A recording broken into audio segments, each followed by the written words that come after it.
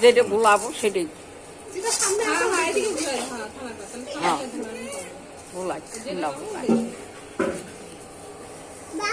হাত বার করি দাও